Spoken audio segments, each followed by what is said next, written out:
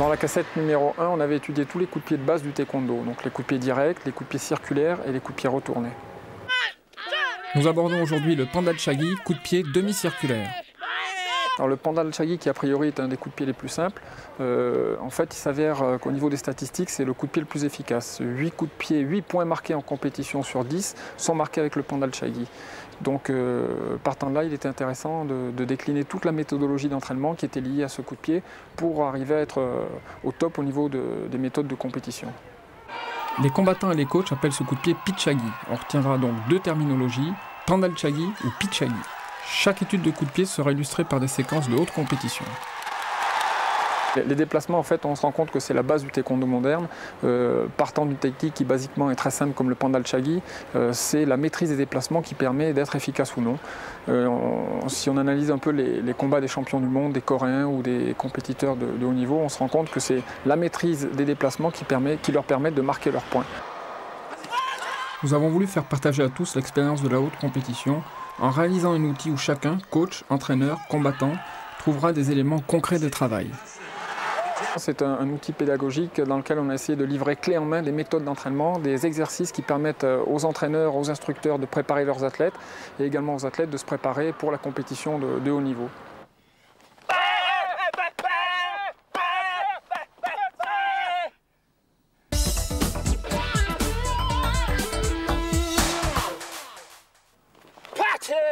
En méthodologie, nous étudierons à chaque fois la technique dans le vide.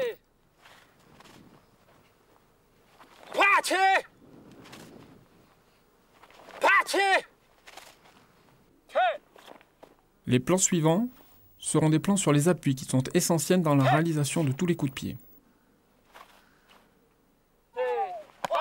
L'étape suivante mettra en application les coups de pied au travail individuel sur cible.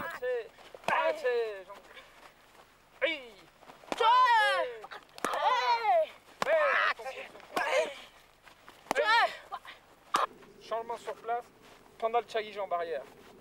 Au fil de l'étude, nous rajouterons des déplacements qui nous permettront d'accéder à la maîtrise des techniques de haute compétition.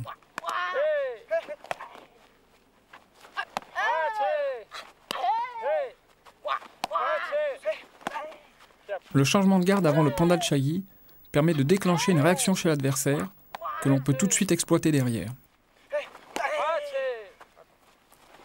Il peut aussi permettre de bloquer une attaque côté ouvert et de remiser tout de suite dans le temps.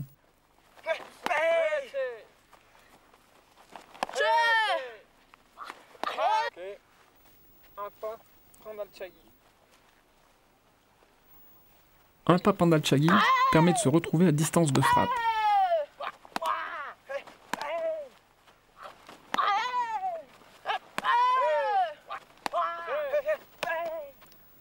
En fonction de la distance, on peut moduler le pas. Si la distance est grande, on fera un grand pas. S'il y a une petite distance, un petit pas. Très important de partir très vite, de façon à éviter de se faire contrer sur le pas. Deux pas Pandalchagi avec Kiap.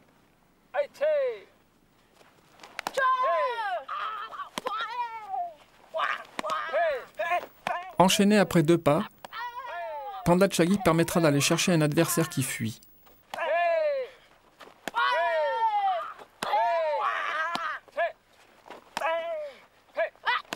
Très important d'être très rapide sur les pas, toujours pour éviter le contre.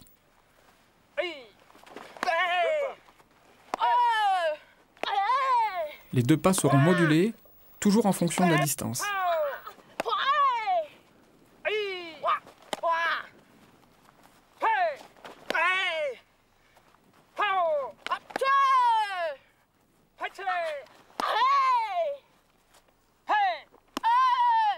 La quatrième étape de la méthodologie sera le travail individuel sur cible.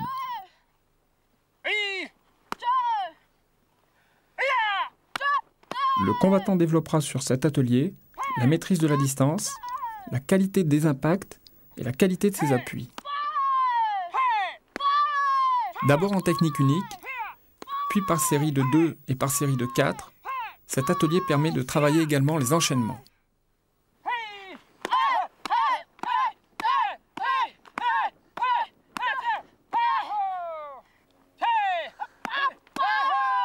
Dès que les coups de pied sont maîtrisés, on peut jouer sur le rythme.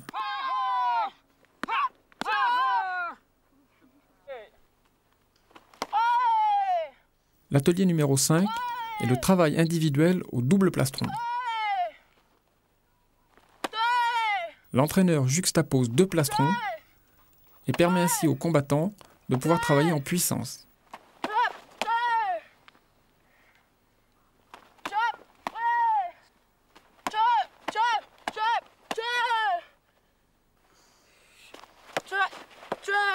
L'atelier 6 est le travail à 2 avec plastron.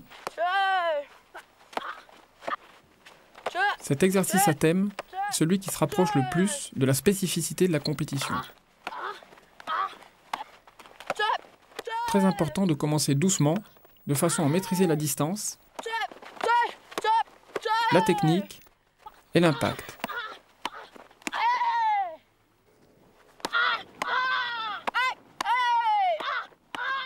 Une fois la technique maîtrisée, on peut travailler la qualité de l'impact.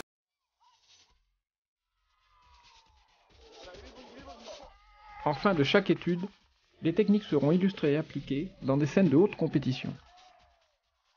Nous verrons les membres des équipes de France en pleine action. Il faudra alors essayer de retrouver les fondamentaux que nous avons développés dans les différents ateliers.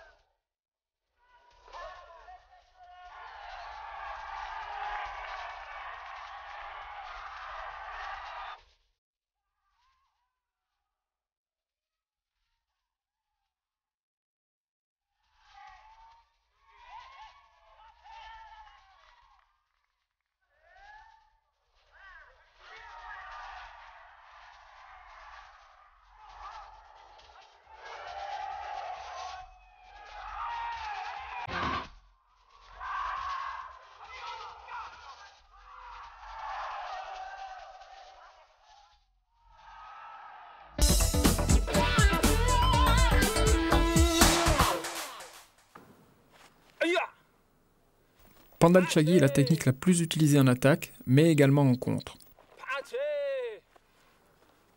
Cette application est axée sur la technique de contre.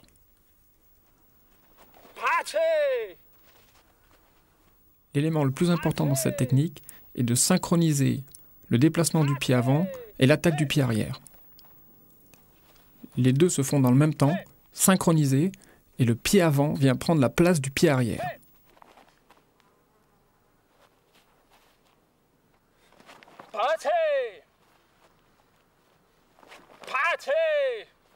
Ceci est une variante où l'adversaire s'engage beaucoup plus sur l'attaque. Il est donc nécessaire de reculer sur son attaque de façon à être à distance sur le contre.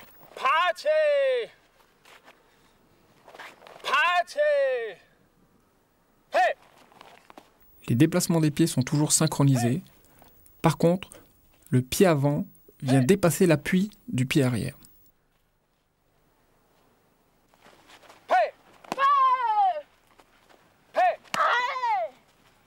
Travail individuel sur cible, il faut insister dans un premier temps sur la synchronisation des pieds.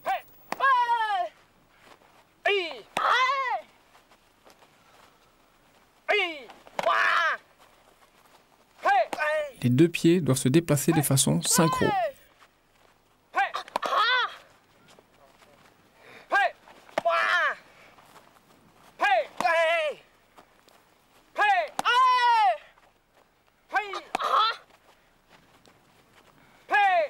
Changement sur place, Pandal Chagi sur place. On rajoute ici un changement de garde sur place. Ce changement est l'élément qui va peut-être déclencher l'attaque de l'adversaire. Il faut être prêt à pouvoir remiser tout de suite derrière le changement.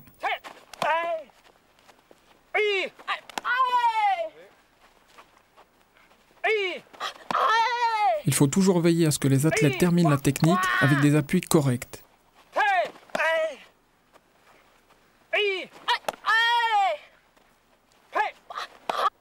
Un pas en avançant, Pandal Chagi sur place. On rajoute ici un pas en avançant avant de faire le panda chagi sur place. Ce pas en avançant permet de rattraper de la distance et également de déclencher l'attaque adverse.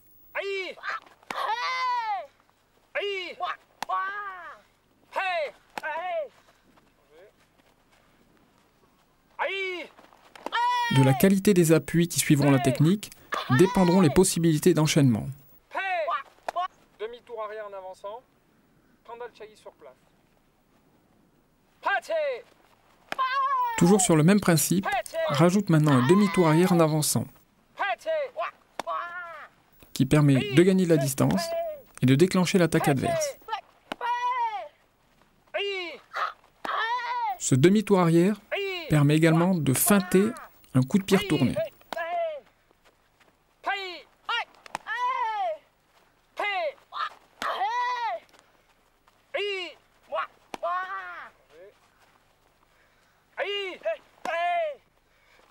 Les techniques se déclinent toujours à droite et à gauche. Panda chagi en reculant.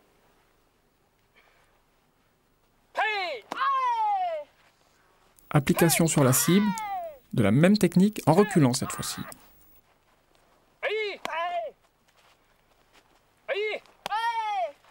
L'entraîneur doit bien s'engager avec la cible de façon à reproduire la distance nécessaire.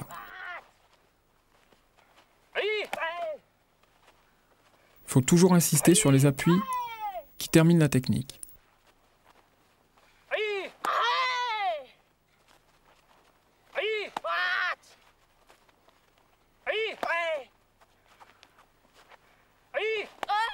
Panda chagi en reculant, en basculant complètement le pied d'appui.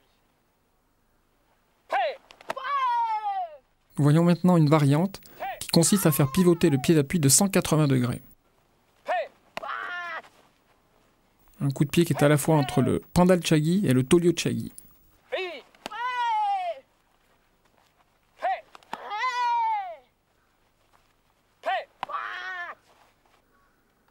Le travail du pied avant est toujours synchronisé avec le pied arrière, mais l'appui pivote de 180 degrés. Cette technique en tolyo chagi est beaucoup plus puissante qu'en panda chagi. Cependant, on s'engage beaucoup plus et il est un peu moins facile d'enchaîner derrière.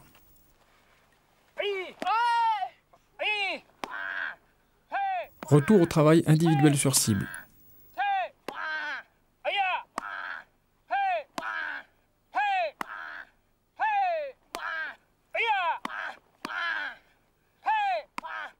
Cet atelier permettra d'insister sur la qualité des appuis après la frappe.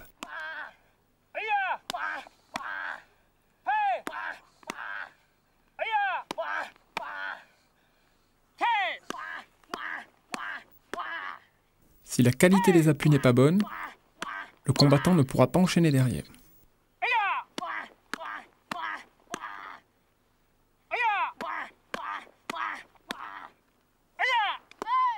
Même technique en reculant.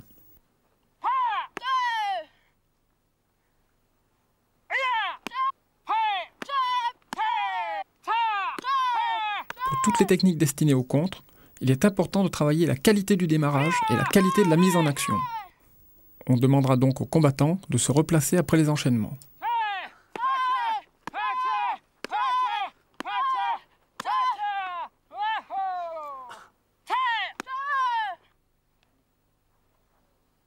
Une variante en reculant permet de laisser passer le pied de façon à récupérer tout de suite une position de combat.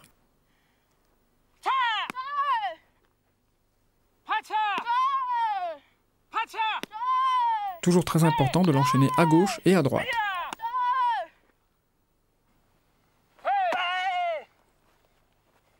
Une fois la technique et les appuis maîtrisés, le travail au double plastron permettra de travailler la qualité de l'impact et la puissance. Pour la crédibilité de l'exercice, l'engagement de l'entraîneur est essentiel.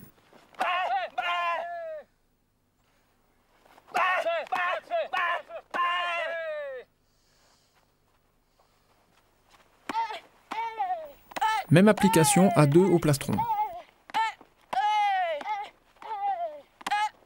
Toujours vérifier la qualité des appuis.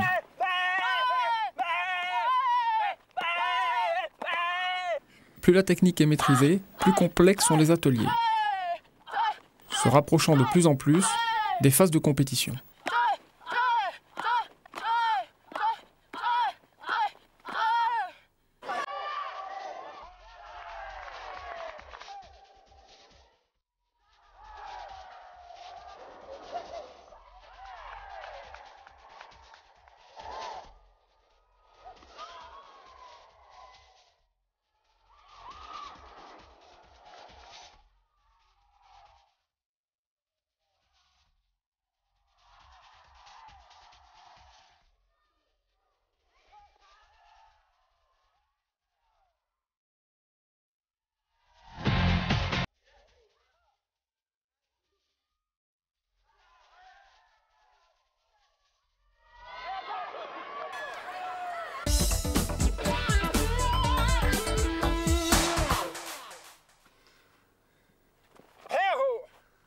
Nous allons voir maintenant le Tolyo-Chagi de la jambe avant ou le Pandal-Chagi jambe avant. Son domaine d'utilisation est essentiellement le travail de contre. Pour le Tolyo-Chagi, le pied d'appui pivote de 180 degrés. On allonge au maximum la jambe de façon à être le plus long en distance.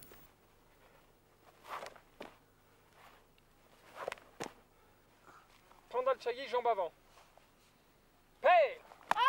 Le travail collectif sur cible va dans un premier temps permettre de travailler la distance.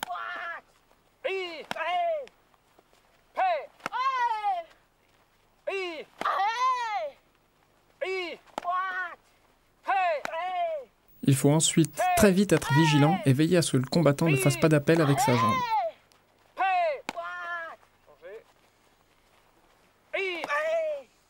La qualité du démarrage est essentielle et nécessaire à la bonne réalisation du contre.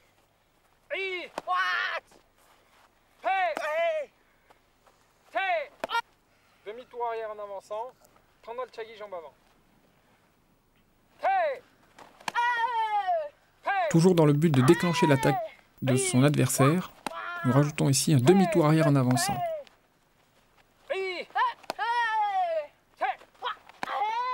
Le dernier appui du demi-tour est essentiel car il est également pied de frappe.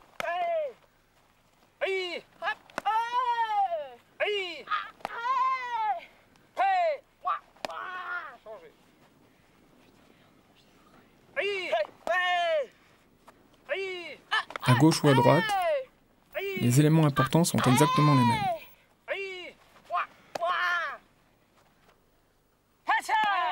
Au travail individuel sur cible, on insistera sur la distance.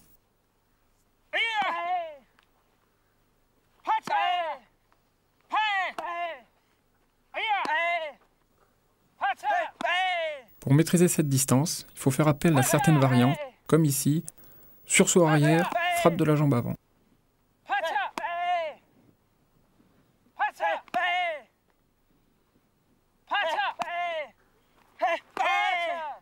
Deuxième variante, retrait de la jambe avant, frappe jambe avant.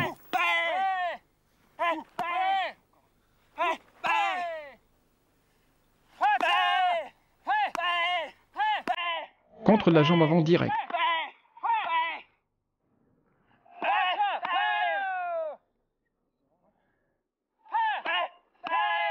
Le combattant se calque sur le timing de la raquette.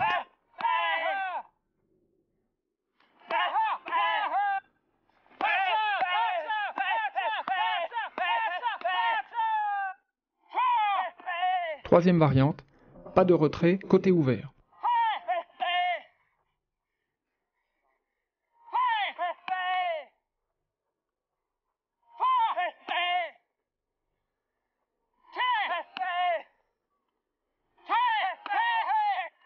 Dès que la technique individuelle est maîtrisée, on les enchaîne.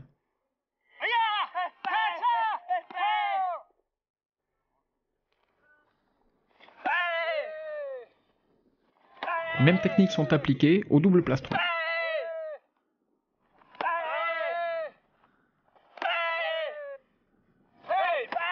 Sur cet exercice, on va privilégier la puissance et veiller à ce que le combattant soit synchro avec le déplacement de l'entraîneur.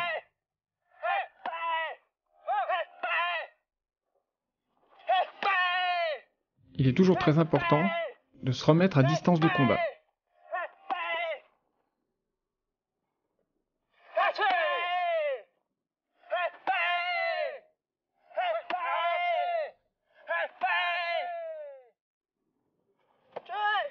Le travail à deux avec plastron commencera doucement et s'accélérera au fil de la maîtrise de l'exercice.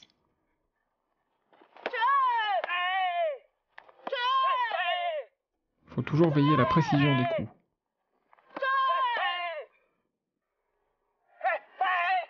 Application de la technique non plus en contre, mais en remise.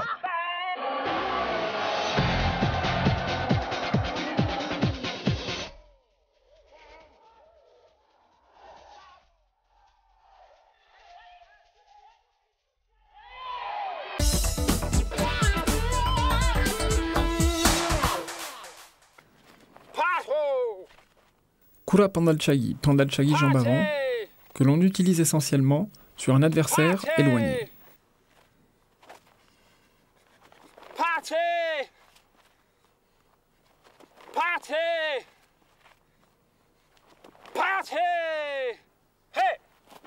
L'appui arrière chasse le pied avant, qui devient pied de frappe.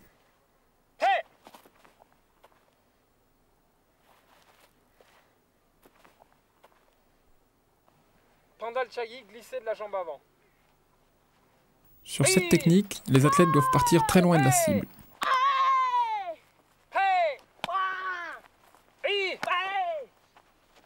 L'entraîneur en avançant donnera le départ de la technique.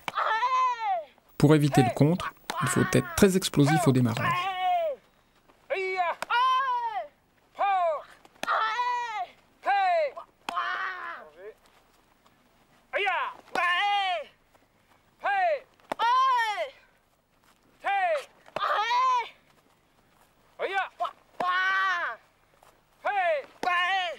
Double changement sur place et Pandalchagi glisser jambe avant. Sur un adversaire qui recule beaucoup, le double changement de garde permettra de déclencher son retrait. Il faudra ensuite très vite enchaîner le Kura Pandalchagi.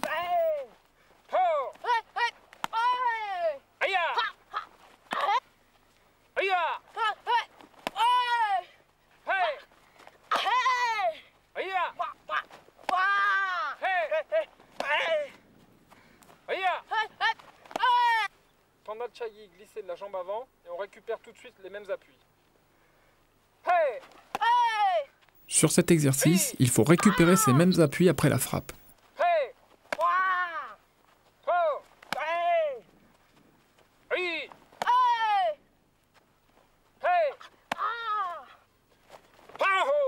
Cette variante permet d'engager l'adversaire à attaquer. Je frappe, je recule en lui donnant de la distance, ce qui va l'inciter à attaquer. Après le coup de pied, le pied de frappe vient chasser le pied d'appui et on retrouve la position initiale. Rapidement sur cet exercice, les athlètes ont tendance à privilégier l'impact à la qualité des appuis. Il faudra donc être très vigilant au retour à la position initiale.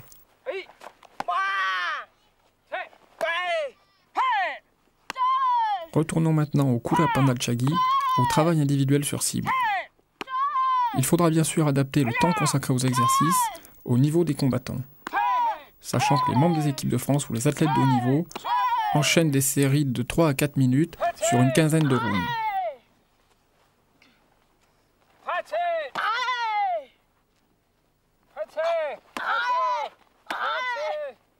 Au double plastron, on privilégiera toujours la puissance tout en restant vigilant sur la précision des coups portés.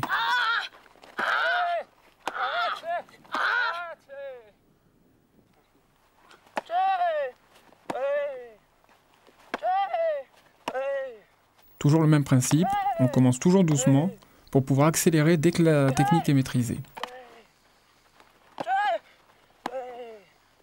Comme pour les techniques précédentes, le travail à deux avec plastron permet la mise en application de tous les ateliers précédemment travaillés.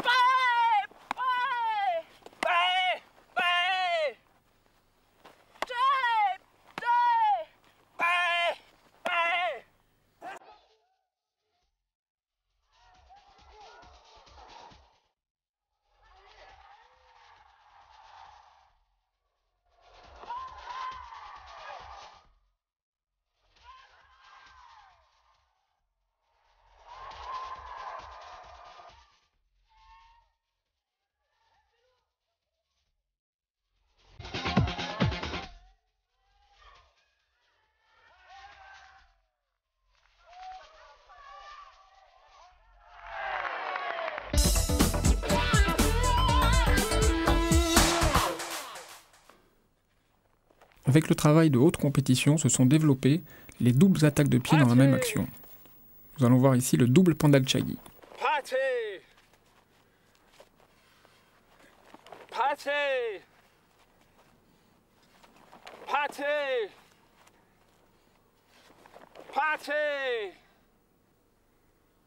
L'appel de la première jambe, pouvant être une feinte ou une attaque, entraîne très tôt le démarrage du deuxième coup de pied.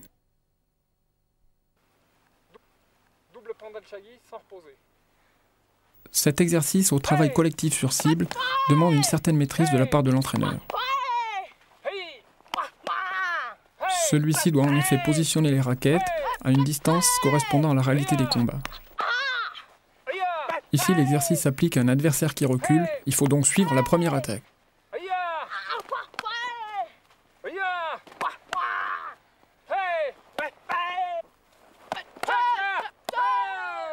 Passons maintenant au même exercice sur place. L'exercice ici est de frapper à gauche et à droite un adversaire qui ne bouge pas.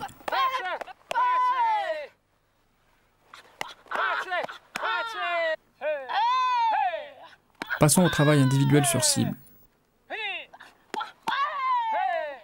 Pour éviter le travail mécanique lié à l'entraînement, on replacera systématiquement le combattant à la position de départ.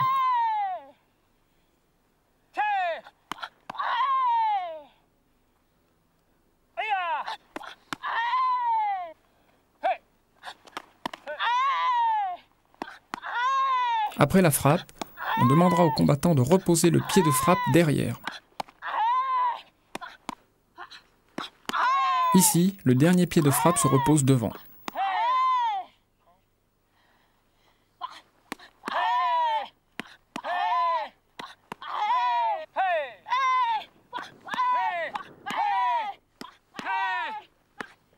Pour enchaîner ces techniques, les appuis doivent être parfaits.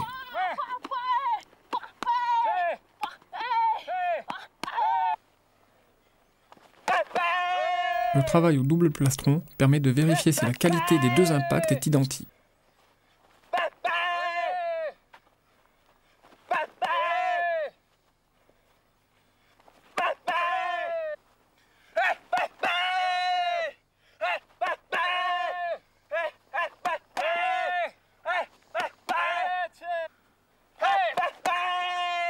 Même exercice en reculant.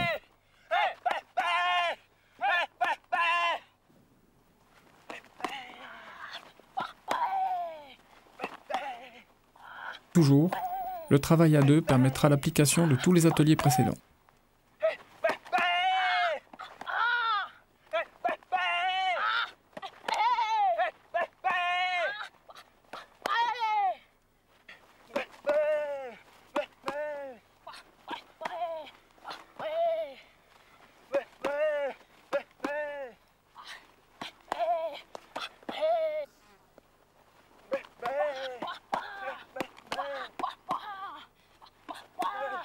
Les deux combattants travaillent à leur tour la phase offensive ou défensive de cette attaque. En attaquant pour Michael, en reculant pour Valérie. Et inversement.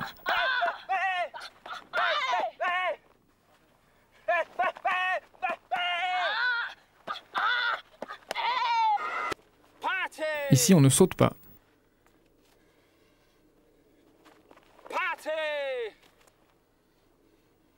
Demi-tour arrière, je récupère mon appui et je déclenche mon coup de pied après.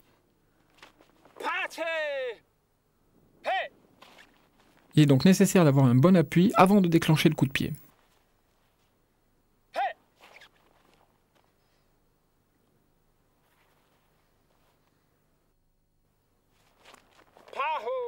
Version sautée. Demi-tour arrière sans poser et on déclenche la frappe.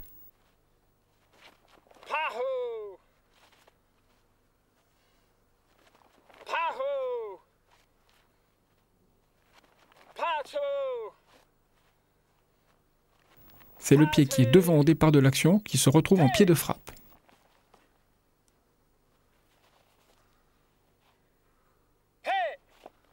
Pivote sur l'appui dans un premier temps et on déclenche le coup de pied après.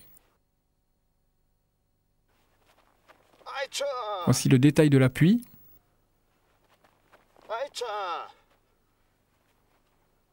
Demi-tour arrière en avançant, pendale chagi directement. Application au travail collectif sur cible. Le coup de pied ici n'est pas sauté. Le plus dur au départ pour les combattants est de trouver la bonne distance.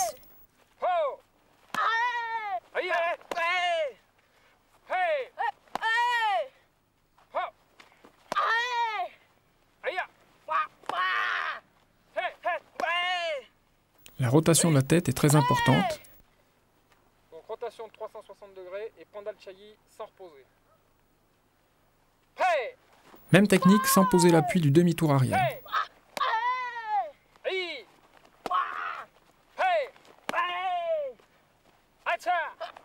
Plus la rotation de la tête sera rapide, plus la technique sera efficace.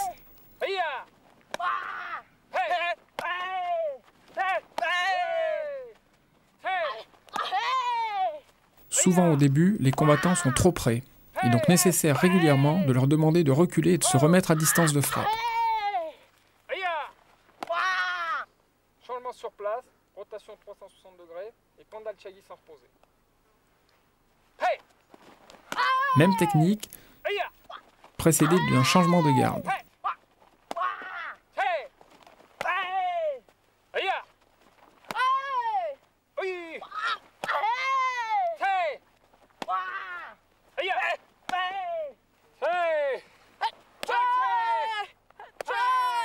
Deux techniques enchaînées, la première à gauche, la seconde à droite.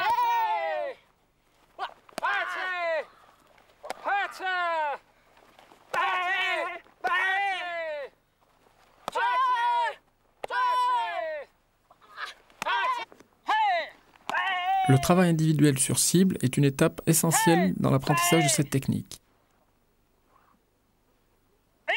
On va axer le travail sur la qualité des appuis et demander systématiquement aux combattants de se replacer après l'attaque.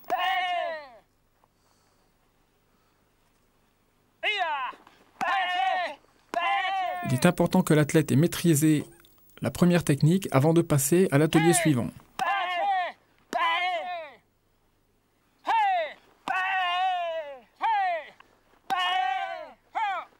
En avançant et en attaque directe.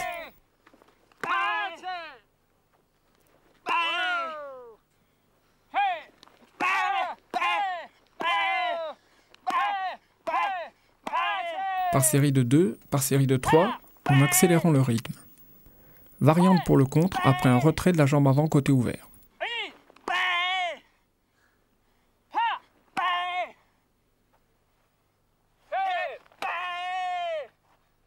En attaque directe ici, au double plastron.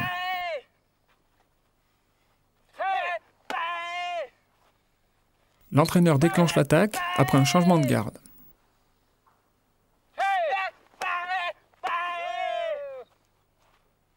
Par série de 2, toujours déclenché par le changement de garde de l'entraîneur.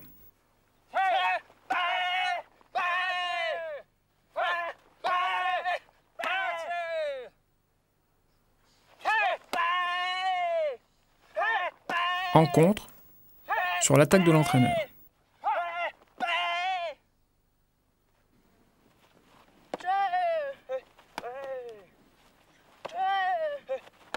Travail par 2.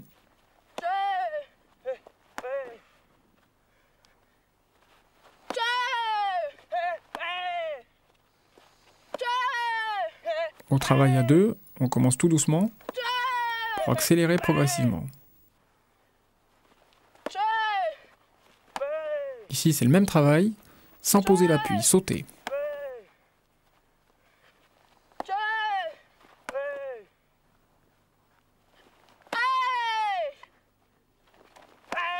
Il faut ensuite essayer de tourner le plus rapidement possible et frapper tout de suite derrière.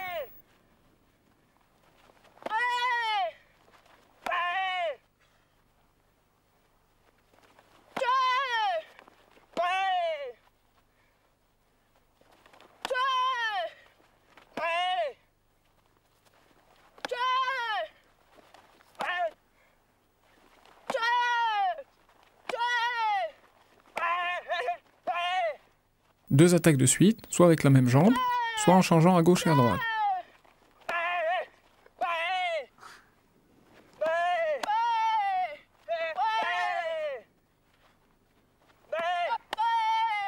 Ici en reculant après un retrait de la jambe avant.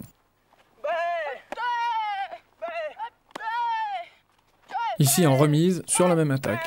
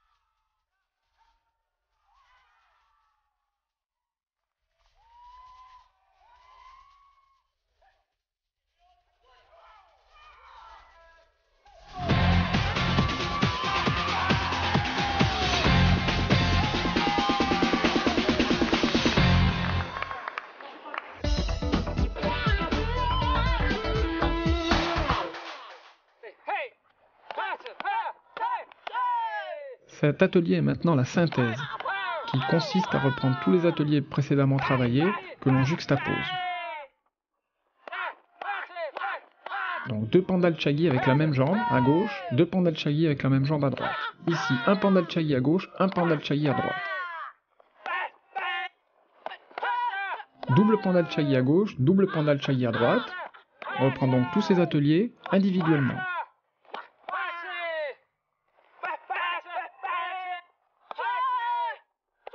Changement sur place, 360 pandal-chagi, changement sur place, 360 pandal-chagi.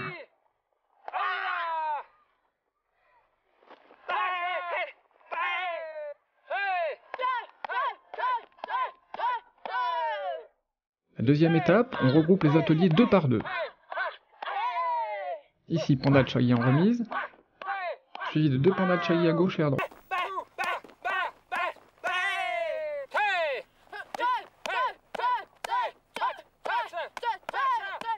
On rajoute ici double pandal-chagi à gauche, double pandal-chagi à droite.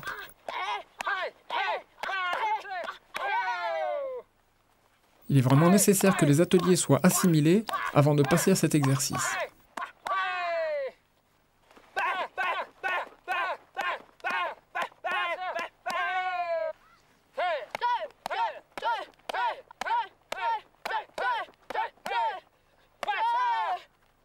On a maintenant ici les 4 ateliers les uns à la suite des autres. Cet exercice est excellent car il demande au combattant une concentration extrême sur ce qu'il doit faire tout en restant vigilant sur ce qu'il fait. Il retrouve ainsi la situation des compétitions où il doit avoir conscience de sa stratégie et tactique tout en combattant.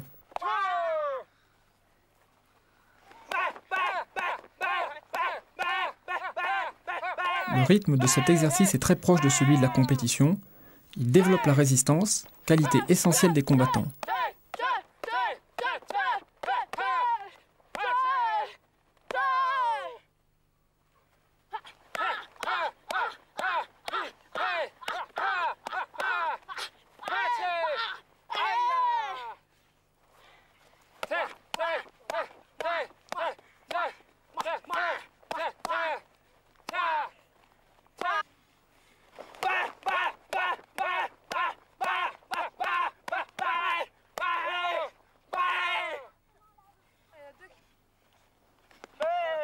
Même principe de synthèse au double plastron, où le combattant développera tous les ateliers précédents. Ici en reculant.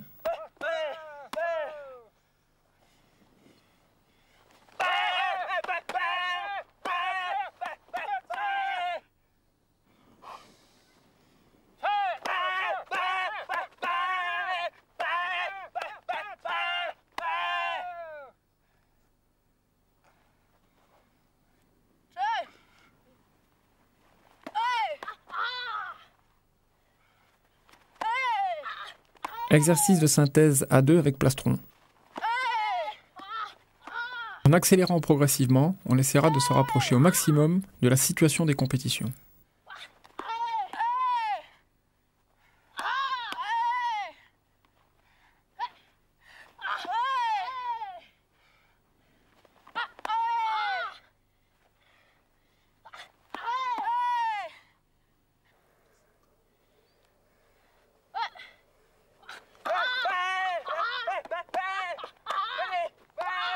Garçons et filles travaillent ensemble, ce qui leur permet de travailler sur des rythmes différents.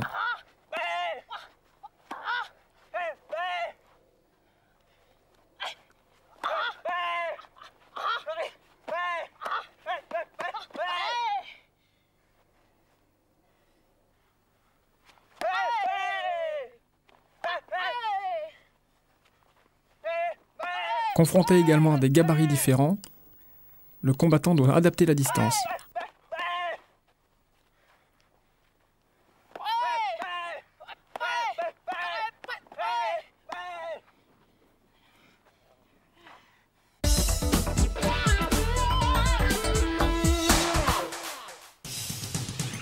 Le shadow kicking ou travail dans le vide permet également de travailler sous forme de synthèse tous les coups de pied.